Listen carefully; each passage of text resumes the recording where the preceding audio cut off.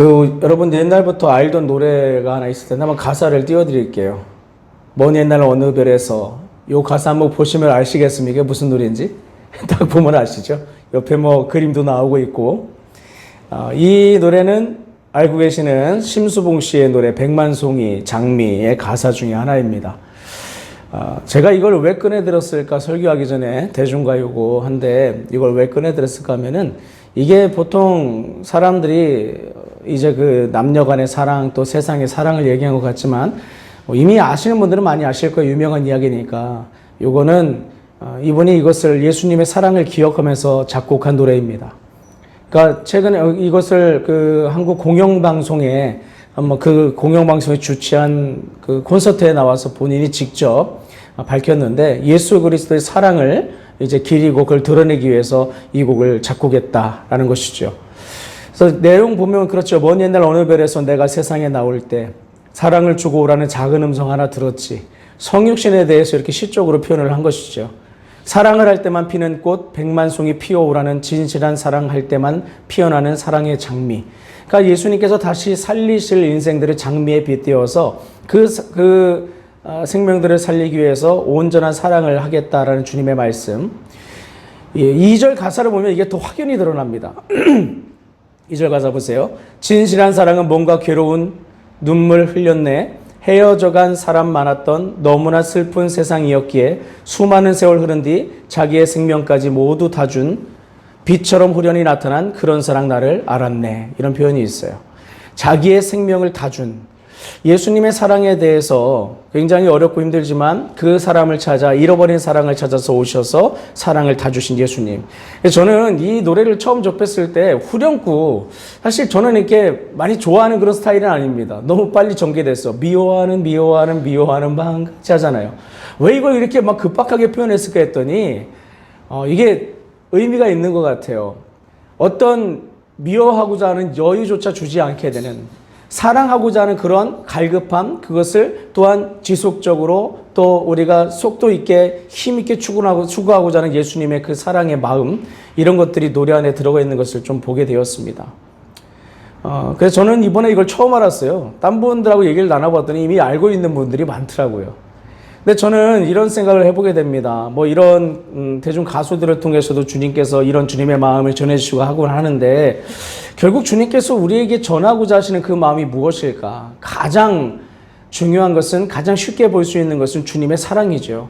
우리를 향하신 아버지의 사랑이 이렇게 흘러넘치고 있음을 주님께서는 이야기하고 계신 것입니다. 내가 너희를 이만큼 사랑했고 너희를 위해서 내가 인간이 되어 이 땅에 와서 너희를 위해 죽기까지 내가 이만큼 너희를 사랑했다. 그런데 여기서 중요한 건 뭐냐면 후렴 가사를 보면 이게 나오게 되는데 사랑을 주기만 할 때 백만송이 꽃은 피고 그리고 아름다운 데 별나라로 갈 수 있다에 써 있는데 백만송이 꽃이 핀다 했어요. 백만송이 꽃. 즉 예수님의 사랑이 우리 가운데 들어오고 그 사랑을 우리가 살아날 때에 결국 우리도 하나님의 향기를 전하는 꽃으로 일어나 더 많은 꽃을 피울 수 있는 그 길을 우리가 갈 수 있다 이야기를 하는 것이죠.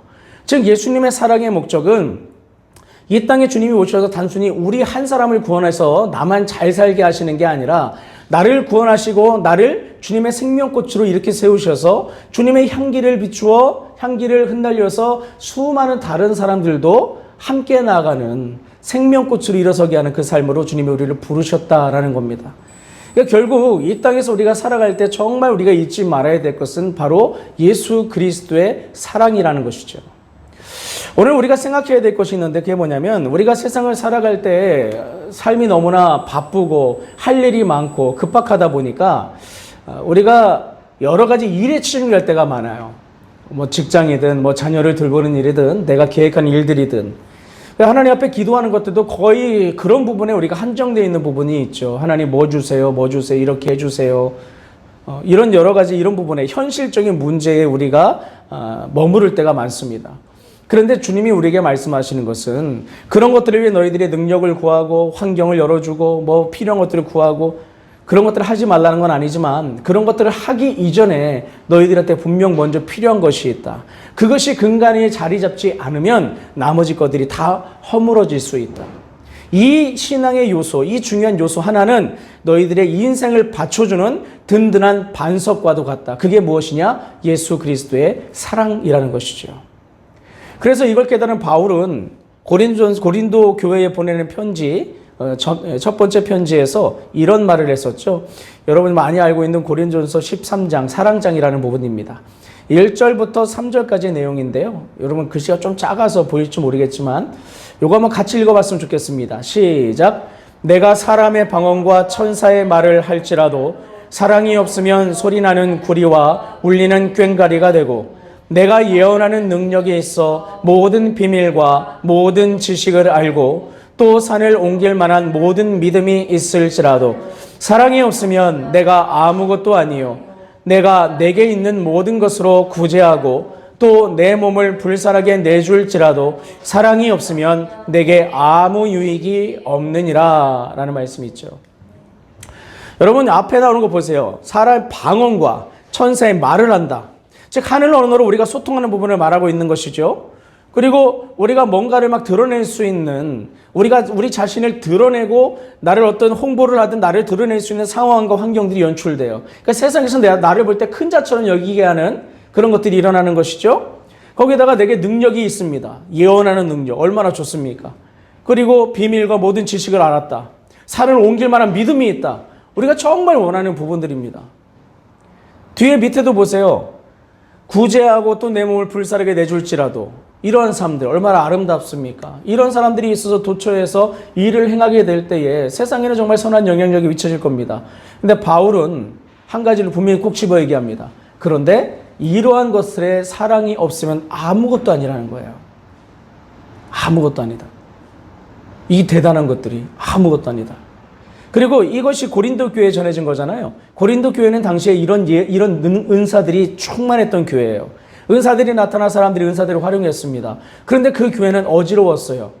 은사가 있는데 어지러운 교회가 됐고 분란이 일어나고 다툼이 일어나고 시기와 질투가 일어난 교회가 되었어요. 이유는 한 가지였습니다. 예수 그리스도의 사랑이 없었기 때문이에요. 여기서 우리가 발견할 수 있는 건 이것입니다. 이 고린도 교회로 보낸 이 말씀을 통해서 우리가 생각할 수 있는 것, 예수님의 사랑은 곧 우리가 이유를 찾고 방향을 제대로 설정할 수 있도록 하는 힘이다. 우리가 그렇게 생각할 수 있어요. 즉 하나님의 사랑이 우리 안에 들어와서 우리를 깨우치고 우리를 새롭게 하실 때에 내가 이 일을 왜 해야 되며 내가 이 꿈을 왜 꿔야 되며 저 사람과 사이에서 내가 무엇을 해야 될지를 그 감동을 받게 하신다라는 것이죠. 그럼 그것이 왜 그럴까? 이유는 간단해요. 하나님이 세상을 사랑으로 창조하셨기 때문에 그래요. 그 사랑의 정신. 그래서 사도 바울이 이걸 말한 다음에 고린도전서 뒤에 이어가지고 사랑의 속성을 쭉 얘기하잖아요. 이게 하나님의 사랑이에요. 그 사랑의 속성 거기 드러나는 것이. 그런 것들을 보게 되면 사실 이 땅에는 지금 사랑 아닌 사랑들이 판을 치고 있는 게 많이 보입니다. 사랑이라 말하지만 사랑이 아닌 사랑의 가면을 쓴 가짜 사랑들이 얼마나 많이 판을 치는지 몰라요. 내 욕구와 내 갈망을 뭉쳐가지고 사랑이라 둔갑시켜서 말하는 거죠. 그래서 나는 너를 사랑한다 하면서 내 욕심을 이루기 위해서 오히려 그를 속박하게 되고 더 힘들게 하는 일들이 많이 벌어지는 걸 보게 됩니다. 가장 흔히 많이 볼 수 있는 풍경이 여러분 드라마에서 많이 나오는 부분이지만 그 깐깐한 부모님들이 자녀들을 막 이렇게 방에 가둬두고 너는 공부를 해야 돼 하고서 막 다그치는 장면이 있잖아요. 너 오늘 숙제 다 하기엔 나오지 마 하고서 막 이렇게 하게 되고 좀 성적 떨어지면은 막 자녀들 막 힘들게 하고 이거밖에 못했어 하고서 막 다그치는 이런 부분들. 물론 여러분 그 자녀들은 부모의 지도와 적절한 통제 밑에서 자라는 것도 필요한 부분이 있습니다. 아직 생각이 완숙하지 않으니까 일상의 삶의 자리에 있어서 필요한 부분이 어느 정도 있지만 때로는 좀 욕심이 과한 부모들은 자신의 욕구를 자녀들한테 투영해가지고 자녀들이 내가 못다 이룬 꿈을 이루길 원해서 다그치는 부모들도 있더라는 거예요. 그러니까 하나님이 이 자녀에게 원하시는 길이 있는데 그냥 세상 시각으로 세상에서는 이렇게 해야 성공한다고 하니까 그러니까 그렇게 자녀들을 세워서 이 자녀가 이래야 성공한다. 그리고 그 자녀의 성공이 나의 기쁨이 된다 해서 다그치는 일들이 벌어지죠. 그러면서 뭐라고 포장합니까? 나는 내 자녀를 사랑해 라고 말합니다. 엄마가 너 사랑해서 이러는 거야. 이런 일이 있다는 거예요. 그런데 그것은 진짜 사랑이라 볼 수가 없다는 거죠. 진짜 사랑은 그럼 뭐냐면 기반이 뭘로 되어 있어야 되냐면 하나님의 마음으로, 베이스가 하나님의 마음으로 구성이 되어 있어야 돼요. 그래서 그 사랑 안에는 여러 가지 우리가 하는 행동의 기본 틀을 잡아주는 속성이 사랑 안에 있습니다. 그 속성들이 오늘 지금 여기 잠깐 제가 끄집어냈던 고린도전서 13장 그 사랑장 안에 담겨 있어요. 그 사랑의 방향들이 나오게 되죠. 사랑의 성격들이 나오고 있어요. 즉 오늘 우리가 하나님의 사랑을 받는다는 것은 결과적으로 우리가 인생답게 살아갈 수 있도록 하나님께서 우리에게 부여해 주신 가장 근간이 되는 힘이 된다, 방향이 된다, 목적이 된다, 우리가 그래서 생각을 할 수가 있게 되겠죠. 그래서 하나님이 세상을 사랑으로 창조하셨고 사랑이신 하나님과 함께할 때 이 인생은 인생답 수 있기 때문에 사도 예수님께서는 제자들한테 또한 이렇게 말씀하신 것을 보게 됩니다. 함께 읽어볼게요. 시작. 새 계명을 너희에게 주노니 서로 사랑하라. 내가 너희를 사랑한 것 같이 너희도 서로 사랑하라. 너희가 서로 사랑하면 이로써 모든 사람이 너희가 내 제자인 줄 알리라 라고 말씀하신 것을 우리가 보게 됩니다. 그러니까 이전까지 왜 예수님이 이렇게 하셨느냐, 새 계명을 주셨다라고 하죠. 새 계명. 왜 새 계명이냐면 계명이 없었다는 게 아니에요. 이때 당시에도 수많은 율법들이 있었죠. 613개의 조항이라 되는 모세 율법이 있었습니다. 그런데 중요한 건 거기다가 또 바리새인들 이것저것 더 붙여놨었죠. 수많은 율법 조항이 있었으나 이스라엘은 하나님을 떠나 있었습니다. 율법을 가르친다는 유대의 율법 지도자들은 유대를 더 힘들게 만들었고 예수님께는 아주 호된 꾸준함을 얻는 사람들이 되었죠. 왜 그랬느냐? 그들이 계명을 지킨다 하는데 계명을 지킬 때 가장 중요한 것을 상실했기 때문이에요. 그게 바로 사랑이었습니다. 그래서 예수님은 율법사가 가서 예수님께 질문할 때 그러죠. 어떤 계명이 가장 큽니까? 했더니 하나님을 사랑하고 내 몸과 같이 내 이웃을 사랑하라고 하셨어요. 이게 근간이거든요. 이 사랑은 존재 자체를 바라봅니다. 하나님의 존재를 바라보고 나를 바라보고 이웃의 존재 자체를 바라봐서 그 가치를 알고 거기서부터 출발합니다. 근데 사랑이 빠지게 되면 이해관계로 삶이 전락하게 돼요. 나한테 뭐가 이득이 있는가? 저거에서 뭘 얻을 수 있는가? 이러다 보니까 아무리 능력이 있고 뭔가 가진 것이 있고 뭔가 아무리 좋은 그럴듯한 동기가 있다 할지라도 결과가 이상하게 나오는 것이죠. 그래서 제자들한테 예수님께서 그래서 말씀하신 거예요. 계명이 없어서가 아니었어요. 예수님께서는 분명히 말씀하셨죠. 이전까지 너희한테 줄 말씀 폐하지 말라고. 나는 오히려 완성하러 왔다. 그 완성시킬 때 주님께서 요구하신 것이 바로 이 사랑이에요. 제자들한테 이걸 요구하신 거죠. 이 새 계명이라는 것은 그동안 내가 너희들한테, 하나님이 너희들한테 가르쳐준 말씀을 제대로 이행하기 위해서 빠져있는 한 가지를 내가 너희한테 주겠다, 이 말씀이에요. 그게 바로 사랑이다라는 것이죠. 그래서 오늘 우리는 이것을 생각을 해봐야 됩니다. 지금 우리가 그 성경 신호동이라는 주제를 가지고 이제 계속해서 말씀을 보고 있습니다. 어떻게 하면 하나님의 신호를 제대로 받아서 믿음의 길을 갈 것인가? 그런데 그 신호를 받아서 가게 될 때에 우리가 사랑하는 마음이었고 누군가 타인을 배려하고 섬기고자 하는 그 마음, 생명을 존중하고 그 가치를 알아서 보듬어 줄 수 있는 그 마음이 없다면 사실 그 길을 함께 가기가 상당히 어렵죠. 요즘 여러분 TV 방송 많이 보시겠지만 한불리라는 거 혹시 보십니까? 거기 블랙박스 사고 나는 거 나오는 장면 보면은 아주 이상한 분들이 많이 나와요. 조금의 화를 못 참아가지고 굉장히 심각한 범죄를 저지르는 분들이 많이 나옵니다. 우리가 서로 운전할 때는 서로 배려해주고 양보해주고 누군가 실수해도 거기서 품어주고 좀 이런 부분들이 있으면은 사실 서로 운행하는데 큰 문제가 없을 텐데 그런 것들이 없고 그냥 목적성만 가지고 막 잘못 그 길로 달려가게 되면은 문제가 일어나기 마련이죠. 그래서 저는 오늘 이 설교를 함께 여러분이 나누면서 우리가 하나님이 주시는 사인을 가지고 하나님이 우리에게 정하신 목적을 향해서 우리가 달려가야 될 건데 가정에 주신 하나님의 목적이든 교회에 주신 하나님의 목적이든 여러분 직장생활에 주신 하나님의 목적이든 우리가 달려가야 할 것인데 이때에 우리가 어떤 마음을 가지고 믿음의 길로 행할 것인가 그것에 있어서 이 사랑이라는 것이 얼마나 중요한 것인지 오늘 본문을 통해서 한번 우리가 깨닫고 그렇게 우리의 또 다른 삶을 준비해 나갈 수 있었으면 좋겠습니다. 본문은 호세아 선지자를 통해 예언자를 통해서 하나님이 북이스라엘 백성들한테 주신 말씀입니다. 본문의 배경은요, 여로보암 2세 때 북이스라엘이 굉장히 번영을 했어요. 여러 면에서 안정이 되었고 경제적으로 또 풍요를 누렸던 그런 시절이 있었습니다. 그런데 그러다 보니까 이스라엘 백성들이 어떤 일이 벌어졌냐면 그렇게 먹고 살만해지고 삶이 안정되니까 하나님과 점점 마음이 멀어졌어요. 그리고 속된 말로 돈의 맛을 보기 시작하자 돈을 어떻게 더 많이 벌 수 있을까? 지금 오늘 우리 같은 화폐 가치를 말하는 게 아니라 그때 당시에 그런 부분을 말씀드리는 거예요. 그럼 먹고 사는 삶에 있어서의 도구들이 풍성해지자 이 맛을 본 사람들이 더 많은 것을 요구하기 시작하죠.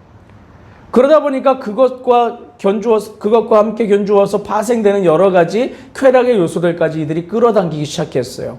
삶이 안정되기 시작하니까 육체적으로, 현실적으로, 피부적으로 와닿는 즐거움들을 찾기 시작했습니다. 이 삶이 즐겁네. 그러다 보니까 여러 다른 종교의 신들과 연계가 되었고 그 신들에서 파생된 삶의 형식까지도 그들이 받아들이기 시작했어요. 그러면서 점점 하나님과 멀어지게 되었죠. 이런 형상들이 아합 시대 이런 시대에 막 나오고 엘리야 때 엘리야가 갈멜산에서 물어보잖아요. 니네한테 누가 하나님이냐? 바알이 하나님이냐? 야훼 하나님이 하나님이냐 했더니 사람들이 대답을 못했다고 했잖아요. 그만큼 헷갈릴 정도가 되었어요. 완전히 나라가 엉망이 되었죠. 여러분, 그래서 여담이지만 여러분 지금 혹시 물질의 문제를 놓고 기도하신 분들 계신다면 먼저 여러분 마음을 하나님께 바로 세우시길 부탁을 드려요. 하나님이 우리가 아무리 물질을 구해도 안 주시는 이유 중에 하나는 뭐냐면 이거 줬다 그러면 얘가 망할 것 같으면 안 주시는 거예요. 돈을 딱 줬는데 돈에 사로잡혔어. 돈이 많아지니까 돈을 가지고 얘가 타락할 것 같은 그런 아직 마음 상태가 불안해요. 그러면 안 주시죠. 주면 얘가 망할 것 같은데 그걸 왜 줘요?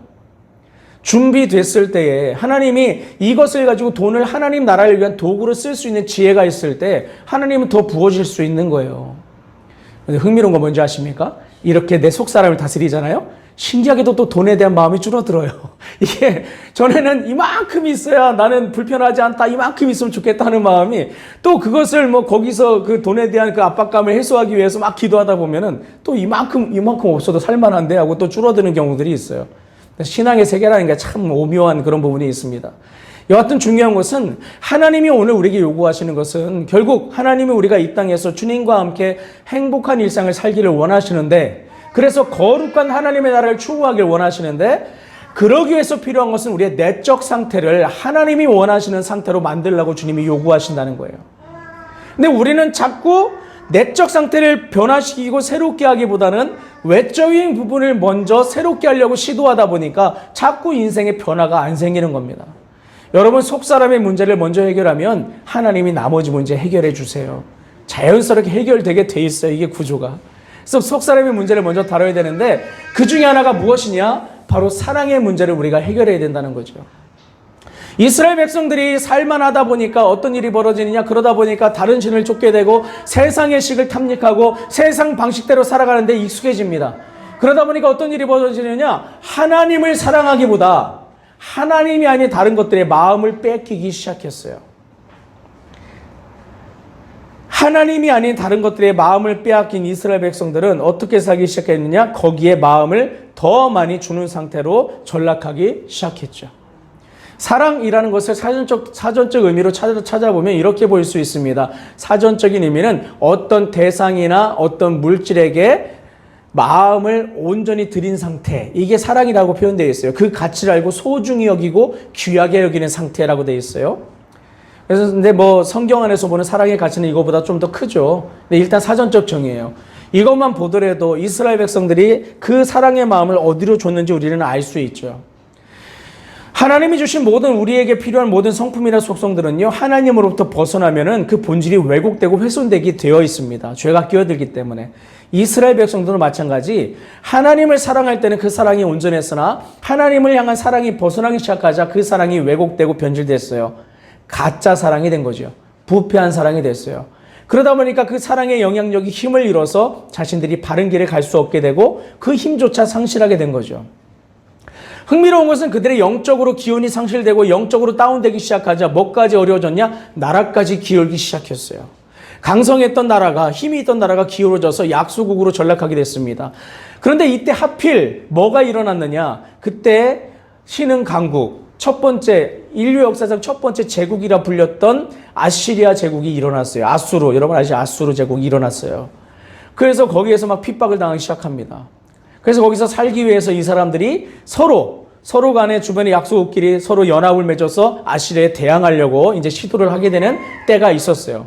근데 이때 참 안타까운 건 뭐냐면 북이스라엘 사람들이 살기 위해서 무슨 짓을 저질렀느냐? 자신들과 계속 원수 관계에 있던 사람들하고 손을 잡기 시작했어요. 다른 족속들하고 손을 잡기 시작해서 연합군을 구성하기 시작했습니다. 여러분, 이게 하나님이 볼 때 얼마나 속상한 장면이냐? 하나님이 그렇게 하지 말라고 했거든요. 너희들이 힘들고 어렵다 하더라도 이방 민족에게 손을 내밀지 말아라. 그랬다가는 너희들이 다른 곳에 오염될 수 있다. 절대 그렇게 하지 말아라. 그런데 이 백성들이 이미 그렇게 사는 법을 잃어버렸거든요. 그러니까 더 진짜 소중하고 진짜 사랑해야 될 분은 하나님인데 그게 아니라 그 외적인 것들을 지키기 위해서 다른 방법을 자꾸 쓰는 상태가 되었습니다. 그렇게 역사가 흘러서 결국은 굉장히 어려워진 때에 하나님이 호세아를 부르셨어요. 너희들이 이렇게 하다 보니까 이방 제의를 통해서 정말 나쁜 짓 하고 힘들게 어렵게 하는 일들이 자꾸 벌어지게 되는데 너희들 자꾸 이렇게 가면 내가 너희들 심판해 버릴 거야. 심판해서 너희들 나라를 무너뜨리고 너희들을 새롭게 그때 연단시키고 이렇게 세울 거야. 이 말씀 주님께서 호세를 통해서 주시는 것이죠. 그래서 그게 이르기 전에 너희들이 회개하고 돌이켰으면 좋겠다. 너희들한테 지금 문제가 되는 것은 아수르 제국이 강대해가지고 너희들이 지금 나라가 망할 것 같고 군사력이 약하고 경제력이 무너지고 이게 지금 문제가 아니라 그 모든 것의 근간의 문제로 자리 잡고 있는 나를 향한 사랑이 부재된 게 제일 문제다. 너희들이 지금 영적으로 너무 음란해, 너무 음탕해, 나를 떠나가지고 너무 다른 길로 가고 있어. 그 마음을 돌이켰으면 좋겠어 라고 말씀하신 거예요. 그런데 이 말씀이 하나님께서 뭐 이때만 주신 게 아니라 이전에부터 신호를 계속 주시죠. 근데 못 알아들으니까 하나님이 사람 편에서 이해하기 쉬운 방법을 택하세요. 쉬운 방법. 뭐 이걸 그림 언어, 시각 언어 뭐 이렇게 얘기를 많이 하는데 직접 보고 느껴보라는 거예요. 그래서 누굴 택하냐? 호세아를 부릅니다. 그걸 불러다가 뭐라고 하냐면 너 오늘부터 저기 고멜이라는 여인이 있어. 근데 이 여인이 신분이 매춘부야. 보통 사람은 아닌데 네가 그 여자 취했으면 좋겠어. 그 사람 데려다 결혼해라. 그리고 살아라. 근데 조금 주의해야 될 것은 이 여인이 옛날 습성이 살아있어서 너를 떠나 자꾸 도망갈 거야. 자꾸 도망가서 다른 남자 품에 안길 거야. 그러면 가서 또 찾아와. 또 찾아와서 네 하나 삼어. 또 도망갈 거야. 그럼 가서 또 찾아와. 또 네 하나 삼어. 자꾸 이러십니다. 호세아 입장에서 얼마나 마음이 이게 안타까울까요? 이거 어떻게 감당하라고. 그런데 신기하게도 예언자들을 부른 사람들은 그래서 다른가 봐요. 하나님이 그렇게 하라니까 아멘 하고 합니다. 힘들어도 합니다. 눈물 뿌리며 합니다. 갓을 찢으면서 합니다. 그러면서 아내 고멜을 자꾸 데려옵니다. 오늘 본문 3장에서도 그 대목이에요. 고멜이 또 집을 뛰쳐나갔어요. 그런데 나가서 어떻게 살았는지 이제는 어떤 지경이 됐냐면 한 집의 노예가 돼버렸어요. 그러니까 어떻게 돼요? 값을 치르고 사와야 될 거 아니에요. 지금 그래서 본문에 그 대목이 있는 거예요. 값을 치르고 사온다고. 자기 아내로 다시 데리고 와요. 그리고 약속을 받아놓죠. 이제는 그 생활 끊었으면 좋겠다. 끊고 이제는 우리 서로 사랑하며 살자. 당신은 이제 옛 습관 버리고 나만 바라보고 살고 나도 그렇게 당신을 바라보고 살겠다. 이런 얘기를 합니다. 하나님이 이걸 통해서 뭘 이스라엘 백성들한테 말하려고 하시는 걸까요? 이스라엘 백성 너희들이 이러고 있다는 거예요, 지금. 하나님은 이스라엘 백성들은 거의 항상 신부로 비유를 하셨습니다. 그러니까 이 혼인관계 같은 언약관계를 너희들이 자꾸 깨고 있다는 거죠. 다른 신들을 향해 세상 욕정을 향해서 자꾸 달려가는 이스라엘 백성들, 너희들이 지금 호세아와 고멜 사이에서 고멜처럼 행하고 있다 이거예요. 그런데도 불구하고 하나님 뭐라고 하시냐? 오늘 1절을 보세요. 여호와께서 내게 이르시되 이스라엘 자손이 다 다른 신을 섬기고 건포도 과자를 즐길지라도 여호와가 그들을 사랑하나니. 그래도 사랑하신대요. 그래서 하나님이신 거예요. 그래도 사랑하시니까. 여러분 같으면 어떠시겠어요? 배우자가 한 번도 어려운데 데려다 놓으면 또 도망가가지고 또 그러고 그러면은 그 마음을 과연 사랑할 수 있을까? 그런데 우리 하나님은 어떻게 하세요? 계속 사랑하신대요. 나 그래도 포기치 않는데요. 다시 돌아와서 다만 너희들이 나만 바라봤으면 좋겠다. 다른 데 향한 눈을 다시 돌렸으면 좋겠다. 그리고 내 사랑을 깨닫고 나를 사랑하는 법을 배우고 내 사랑을 깨달아 그 사랑으로 나라와 다른 사람들도 사랑했으면 좋겠다. 주님이 호세아서에 남기신 말씀 바로 이 부분이라는 거죠. 그래서 오늘 이 호세아에 대해서 저명한 신학자로서 활동하셨던 고 유진 피터슨 목사님께서는 당신의 그 성경 번역서 메시지 호세아 편 서문에서 이런 말씀하셨습니다. 제가 읽어드릴게요. 호세아는 사랑의 예언자다. 하지만 우리가 상상하거나 공상하는 그런 사랑이 아니다. 예언자 호세아는 당신의 백성을 향한 하나님의 사랑의 비유다. 다시 말해 호세아는 하나님께서 계시하시고 행하신 사랑을 비유로 보여주는 삶을 산 것이다. 우리는 이 이야기에 놀란다. 예언자가 매춘부와 결혼해 자녀를 낳으라는 명령을 받는 이야기이니 말이다. 그러나 이 이야기의 메시지는 우리를 더욱 놀라게 한다. 그것은 하나님이 바로 이러한 방식으로 우리를 사랑하신다는 것이다. 하나님은 우리의 상태가 최악일 때 우리를 찾아오시고 우리를 얻기까지 끊임없이 구애하시고 참된 사랑을 몰랐던 우리를 마침내 사랑의 사람들로 변화시키신다. 그래서 여러분 오늘 우리가 이 본문을 통해서 사랑에 대한 하나님의 사랑으로 우리가 살아가는 것에 대한 그 길에 대해서 우리가 깨달음을 얻어야 되는데 그것에 대한 첫 번째는 무엇이냐? 바로 하나님의 사랑은 거룩한 사랑이다라는 거예요. 이걸 오늘 우리가 먼저 깨달아야 돼요. 제가 좀 전에 말씀드렸는데 이 땅에는 가짜 사랑이 너무 많아요. 이 사랑의 속성을 보게 되면 자기 열망입니다. 그런데 그 열망이 하나님이 주신 열망이 아닌 거예요. 자기가 세상에서 세상식대로 배운 열망이요. 죄가 내 안에서 일으킨 그런 욕정일 뿐이에요. 이걸 가지고 사람들 사이에, 가족 사이에, 뭐 직장에서 사람들 사이에, 교회 안에 여러 자리에서 그것을 뿜어내며 이게 사랑이라고 외치는 그런 일들이 벌어진다는 것이죠. 심지어 어떤 사람은 나는 내 인생을 사랑해야 하지만 내 인생을 살아간다고 하는 그 목적성이 삐뚤어졌어요. 이때 우리에게 필요한 것이 바로 하나님의 사랑이라는 거죠. 이스라엘 백성들은, 북이스라엘 사람들은요, 당시에 자신들이 자신의 인생을 제대로 사는 줄 알았어요. 자기 삶을 사랑해서 자기를 세우기 위해서는 이렇게 살아야 된다고 생각했어요. 이 나라를 사랑하기 위해 이 나라를 세우기 위해서는 이 방식으로 해야 된다고 생각했어요. 그런데 그게 틀렸다는 것이죠. 그러다 보니까 진짜 사랑해야 될 하나님을 사랑치 못하고 다른 것을 사랑했어요.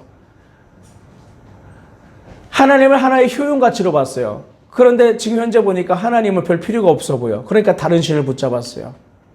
그런데 반면에 하나님은 어땠어요? 반면에 하나님은 그 사람들을 그래도 사랑하신다라고 말씀하셨죠. 왜냐하면 형편은 없었지만 하나님 안에는 매우 가치 있는 소중한 존재들이었기 때문에 그래요. 그래서 포기하지 않으신 거예요.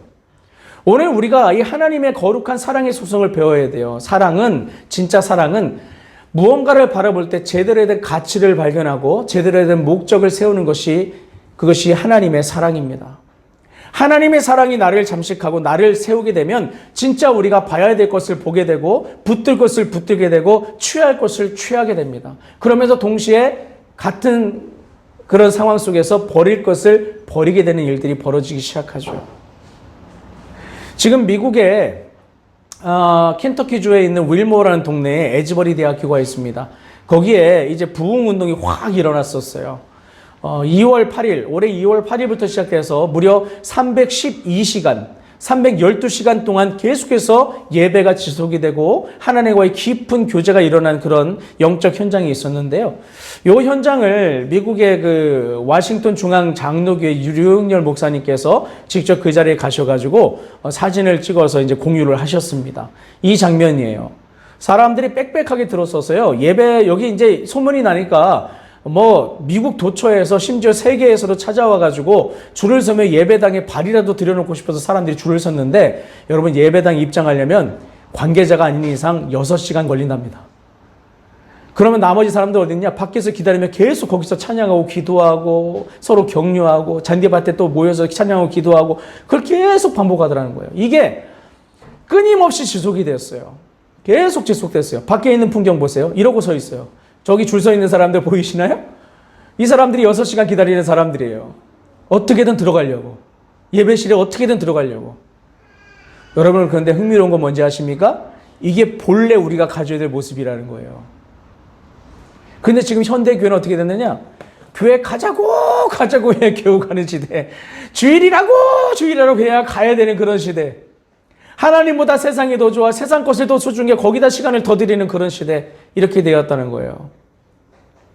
근데 여러분 흥미로운 건 뭐냐면 이 일이 어떻게 일어났느냐. 막 뜨겁게 막 찬양하고 그냥 몇 시간씩 막 기도하자 해서 그래서 빵 터져가지고 이렇게 된 게 아니라 똑같은 시간이었어요. 평소랑 똑같이 학교에서 채플이 열렸어요. 학교 교회에서 채플이 열려서 목사님이 나와, 젊은 목사님, 존 미어 크랩스라는 목사님이 나와가지고 설교를 하셨습니다.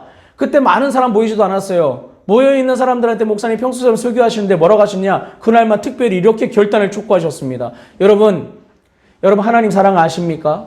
하나님의 사랑을 알아야 우리가 이 땅에 제대로 살 수 있습니다. 여러분의 삶은 여러분의 것만이 아닌 세상을 향해 나가서 선한 영향력을 미치는 삶이 되어야 됩니다. 사랑으로 세상을 품으셔야 됩니다. 그 사랑으로 나가야 됩니다. 사랑을 아십니까? 모른다면 사랑을 아실 때까지, 경험할 때까지 이 예배당을 떠나지 마십시오 라고 했었어요.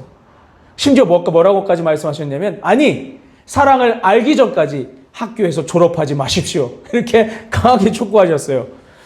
여러분, 이 말을 들으면은 참 그게 그런 말을 했다고 해가지고 사람들이 안 떠나고 이러기는 쉽지 않죠. 아, 그만큼 사랑을 깊이 깨달는 거구나 하고 대충 이 정도만 알고 갈 텐데, 거기서 한 20-30명 정도 학생들이 남아서 진짜 사랑을 알 때까지 떠나지 않겠다고 그 밤늦은 시간에 날을 새면서 계속 하나님의 사랑을 구한 거예요.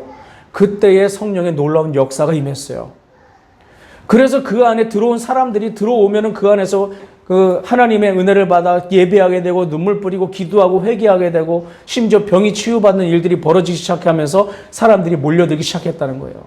흥미로운 건요, 이 예배 현장이 얼마나 놀라웠냐면 예배 인도자가 따로 필요 없어요. 그냥 막 하나님의 감동하신 대로 누가 찬양하면 같이 찬양하고, 그동안 교회에 세워놨던 기도의 용사들이 함께 나와서 그분들과 함께 사람들이 중보 기도하고. 그래서 여기는 순전한 하나님의 인도하심을 받겠다고 미국의 유명한 CCM 가수들이나 유명한 설교자들이 방문해서 우리가 돕겠다 해도 거절했어요. 다른 것 말고 하나님의 인도하심을 통해서 인도하심이 끝일 때까지 우리가 해보겠습니다라고 계속 갔어요. 그게 무려 312시간이 걸렸다는 거죠. 물론 여기는 이 윌모어 지역은 대단한 지역이에요. 여기는 기독교 인구가 90%나 되는 지역이기 때문에 워낙 그 역사와 전통이 있고, 에즈버리 대학교에는 이미 이전에 400시간이 넘는 그런 기록이 또 한 번 있었어요. 이렇게 예배가 진행된 게. 그렇다 하더라도 또 한 번 일어난 건 놀랍다는 것이고, 더 중요한 거는 지금 이 현상이 어느 세대에 일어났느냐.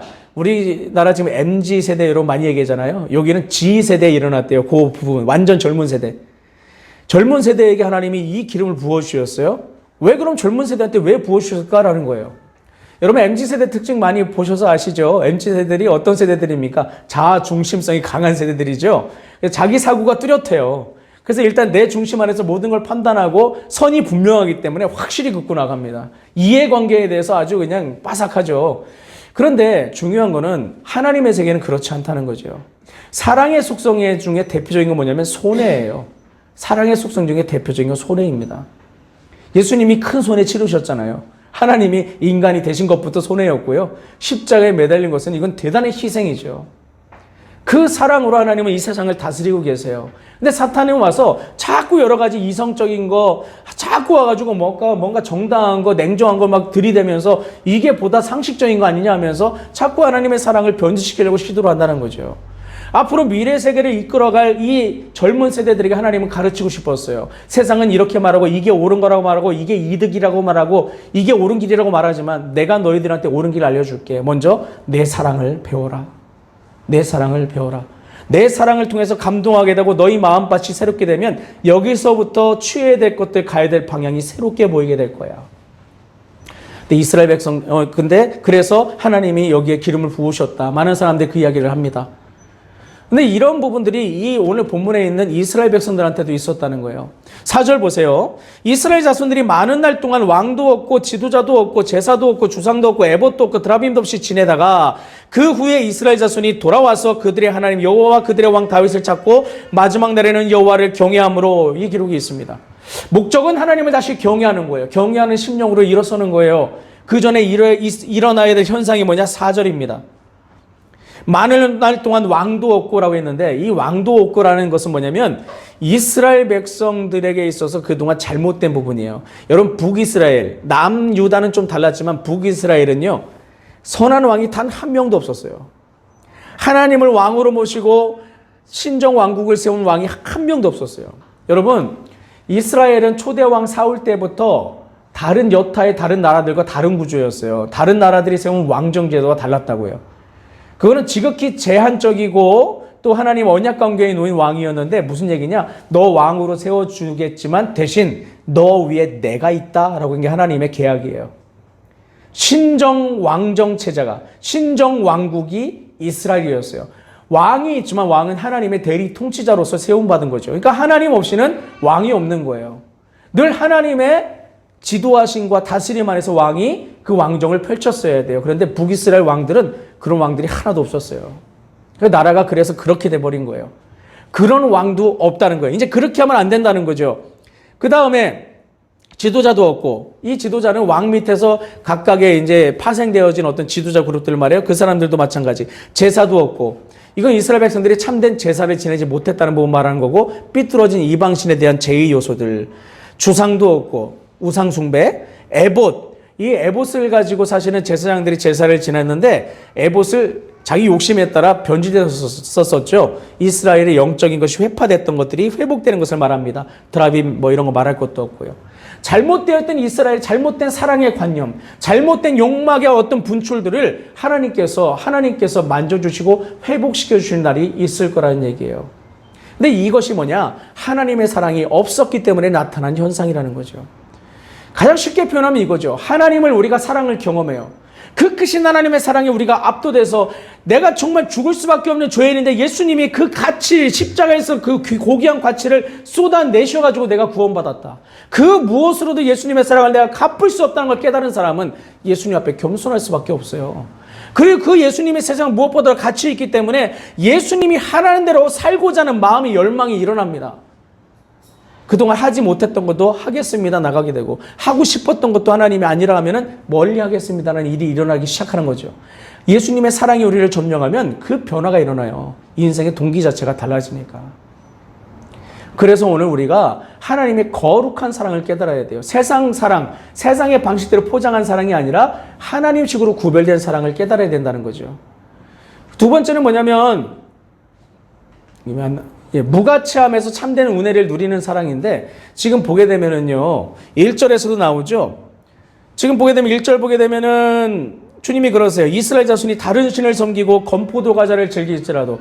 이 말씀 읽었다고 어떤 분들은 진짜 건포도 먹으면 죄악이라고 하시는데 그 얘기 아니에요. 건포도 여러분 좋아하시는 분들 드셔도 됩니다. 여기서 말한 건 뭐냐면 이 건포도 과자를 먹었다는 거, 정확히 말하면 건포도를 재료로 해서 만든 빵이나 케이크 등을 말했었어요. 이것을 당시 북이스라엘 백성들이 이방 신의 제단에 바쳤어요. 바치고 끝나고 남은 것을 먹었다는 거죠. 이방 신 앞에서 즐긴 거예요. 근데 당시 고대 사회에서 제사할 때는 뭔가를 바치고 먹잖아요. 그 행위를 어떻게 간주했냐? 이 신이 나에게 먹거리를 공급해 주었다라고 고백하는 행위가 됐어요. 그러니까 이방신 앞에서 건포도 과자를 즐겼다는 것은 이방신이 나의 공급을 책임진다라고 고백한 것과 같은 거예요. 원래는 누가 공급해 줬는데요? 하나님이 공급해 줬는데 이걸 바꿔버린 거죠. 하나님 화가 나실 만한 상황인 거예요. 이거를 오래도록 지속했어요. 내 삶의 주권이 다 다른 쪽으로 넘어가 버린 거예요. 하나님이 아닌. 정말 가치가 없어요. 이렇게 없을 수가 없어요. 완전히 원수된 상태. 그런데도 주님은 뭐라고 하세요? 내가 그래도 그들을 사랑한다. 고멜과 호세아 사이를 얘기해서도 얘기하시죠. 고멜 사실 아내의 자격이 없어요. 본문에서 보면 전혀 없어요. 아내로서 가치를 다 상실해버렸어요. 호세아가 어떻게 합니까? 그래도 사랑한다라고 데려와서 품에 안으며 이제 예습관 끊어버리고 나와 함께 아름다운 가정을 세우자라고 다시 얘기를 하잖아요. 오늘 여기서 우리가 생각해야 될 것, 그래서 오늘 우리가 생각해야 될 것, 무가치함에서 참된 은혜를 누린다. 하나님이 아니면 살 수 없는 우리들, 예수 안에서 우리가 구원받았으니 이제 그에 합당한 삶을 우리가 일으키고자 해야겠다. 결국 오늘 우리가 하나님의 사랑을 누릴 수 있는 길 중에 한 가지는 뭐냐면 내가 누구인지를 하나님 안에서 발견해야 돼요. 우리가 가끔 하나님 안에서 건방져지는 이유는 뭐냐면 나를 너무 크게 봐가지고 그럴 때가 있어요. 여러분, 삶을 살아갈 때 자신감을 가지고 자존감을 높이는 거 좋습니다. 그런데 하나님 없는 자신감과 자존감은 독이 됩니다. 왜냐하면 그게 결국은 나중에 커져가지고 죄악 덩어리가 돼서 하나님을 떠나 내 맘대로 살려는 시도를 하기 때문에 그래요. 오늘 우리가 이런 부분을 생각할 필요성이 있다는 거죠. 그래서 이스라엘 백성들은 사실 4절 같은 부분만 봐도 이들이 얼마나 폐역하게 살았는지 우리는 보게 되죠. 이 패역하게 살았던 이스라엘 백성들 결국은 하나님 안에서 돌이키고 우리가 정말 무가치게 살았습니다. 우리 용서해 주세요. 죄를 용서함을 구하고 하나님 앞에 돌아오고 하나님만 바라보겠습니다 할 때 뭐가 열린다는 거예요. 5절 마지막 보세요. 그의 은총으로 나아가리라. 진짜 은혜 안에 살게 돼요. 이게 은혜구나. 이 사람들은 뭐를 은혜로 받냐면 삶의 영역들이 풍성해지면 돈이 많아지고 자녀들이 잘 되고 사회적으로 진출하고 이름이 높아지고 이러면 그러면 그게 은혜라고 생각했어요. 그런데 이게 잘못되었다는 거죠. 그게 은혜라고 생각했으니까 이방신들을 쫓았던 거예요. 그런데 주님이 이제 하나님과의 사랑 안에서 그들을 만져가셔서 새롭게 하십니다. 진짜 은혜의 삶은 하나님과 동행하는 삶이다. 삶의 자리가 어떤 모양이든 간에 중요한 건 하나님과 함께 있는 것이다. 그 사랑 안에서 내 길을 가는 것이다. 이걸 깨닫기 시작하는 것이죠. 그게 진짜 은혜라는 것을 그들이 깨닫게 된다는 거예요. 우리가 그동안 가치라고 추구했던 것이 무가치한 것이었구나. 내가 일만한 사람인 줄 알았는데 하나님 안에서 별거 아니었고 하나님 아니면 나는 정말 인생이 아니었구나. 깨닫기 시작할 때 주님을 부르게 되고 주님과 함께 동행하게 된다는 거죠. 2절 보면요, 여러분, 호세아가 고멜을 위해서 값을 지불한 장면이 나오죠. 이걸 통해서 여러분 뭐가 연상됩니까? 예수님이 우리를 위해서 십자가에서 값을 치른 장면이 연상이 되죠. 구속하셨어요. 속량하셨어요. 우리를 구원하셨습니다. 우리가 그 사랑을 입은 사람들인데 대체 우리가 왜 하나님이 원하시지 않는 다른 길을 아주 당당하게 나갈 수 있는 그런 권리가 우리 가운데 어디가 있냐는 거예요. 우리는 예수님께 큰 빚을 진 사람들이에요. 아무 자격 조건 없었으나. 그래서 사도 바울은 로마서 5장에서 말하잖아요. 우리가 아직 죄인 되었을 때에 주님께서 우리를 위해서 십자가에서 자기의 사랑을 확증하셨다고. 본래 우리의 신분은 하나님과 원수예요. 원수를 위해서 죽는 사람이 세상에 어디 있습니까? 근데 원수를 위해서 주님이 죽으셨어요. 그 사랑을 받은 사람들이 우리예요. 이 사순절 기간에 우리가 묵상할 것이 과연 무엇이겠냐는 거예요. 마지막 세 번째로 봐야 될 것은 뭐냐면 바로 이 부분, 정말 중요한 부분인데 결국 그래서 오늘 우리가 생각해야 될 거, 우리가 그렇게 하나님 안에서 은혜를 누리며 하나님의 사랑의 가치를 깨달으며 거룩한 사랑을 깨달은 과정 속에서 주님이 원하시는 것은 우리를 진짜 본래 우리로 만들어 두시는 거. 그거라는 거죠. 지금 아까 제가 그 에즈버리 대학교 부흥 얘기를 했었는데 에즈버리 대학교 부흥 현장에서 가장 독특한 장면은 여러분은 놀라운 부흥 현장 생각하면 사람들이 떼굴떼굴 구르고 막 불이 임해가지고 막 뜨거워하고 막 이럴 것 같잖아요. 막 찬양이 막 뜨겁게 막 박수 쫙쫙쫙 치면서 뭔가 나타날 것 같고. 근데 오히려 그 학교 들어가 보면요. 정말 차분하답니다. 찬양도 그렇게 차분하게 할 수가 없고 사람도 정말 차분한 상태에서 하나님의 말씀을 묵상하고 대화하며 삶을 그렇게 교정해 가더라는 거예요. 제일 흥미로웠던 건 뭐냐면 기도의 용사들과 함께 사람들이 기도를 나누면서 삶을 교정해 가고 자기가 죄 지은 걸 회개하고 용서를 구하며 그동안 잘못했던 거를 사람들과 함께 말씀을 통해서 나눠가면서 삶을 생각을 교정해 가는 과정들이 보이더라는 거예요. 뭘 거기서 하나님이 원하신지 보이는 거죠. 오늘 우리가 하나님 원하신 것이 그거예요. 하나님의 사랑을 깨닫는다는 것은 나를 본래 나로 교정시키는 겁니다. 내가 가야 될 본래 내가 서 있을 내 자리로 나를 세우는 거예요. 우리는 이 땅에 태어나서 자꾸 사탄에게 속아서 내가 가야 될 자리에 서 있지 않고 엉뚱한 자리에 서 있게 되거든요. 근데 하나님은 우리를 사랑하시고 그 사랑으로 우리를 구원하셔서 주님의 자녀를 삼으셨는데 그 목적이 뭐냐? 나를 나 되게 하시기 위해서예요. 나를 나 되게 하시기 위해서. 그래서 하나님의 사랑을 아는 것은 무엇보다 필요합니다. 그런 여러분들이 백만송이 장미가 되어서 주님의 사랑을 깨달아서 향내를 내뿜을 때 어떤 일이 벌어질까요? 여러분을 통해 증거된 예수님을 통하여 또 다른 사람들이 자신의 삶을 찾아가는 것. 하나님의 자녀로 거듭나고 하나님의 사랑을 실천할 사람으로 세워진 일들이 일어나는 겁니다. 이게 성경에서 말하는 복음의 역사입니다. 여러분과 저는 그것을 위해서 구원받았고 부름받았다는 것이죠. 이 사순절 기간에 여러분 하나님 안에서 그 사랑을 깨닫기 위해서 주의 사랑을 부어달라고 기도해 주셨으면 좋겠습니다. 제가 에즈버리 대학교 그 목사님처럼 하나님의 사랑을 떠나기 전에 오늘 집에 가지 마세요 라고까지는 안 하겠어요. 그러나 여러분이 그렇게 기도해 주셨으면 좋겠어요. 그럴 때 하나님께서 여러분 사랑에 주의 마음을 부어주시고 예수님의 사랑 안에서 믿음의 길 걷도록 주님이 인도해 주실 것을 믿습니다.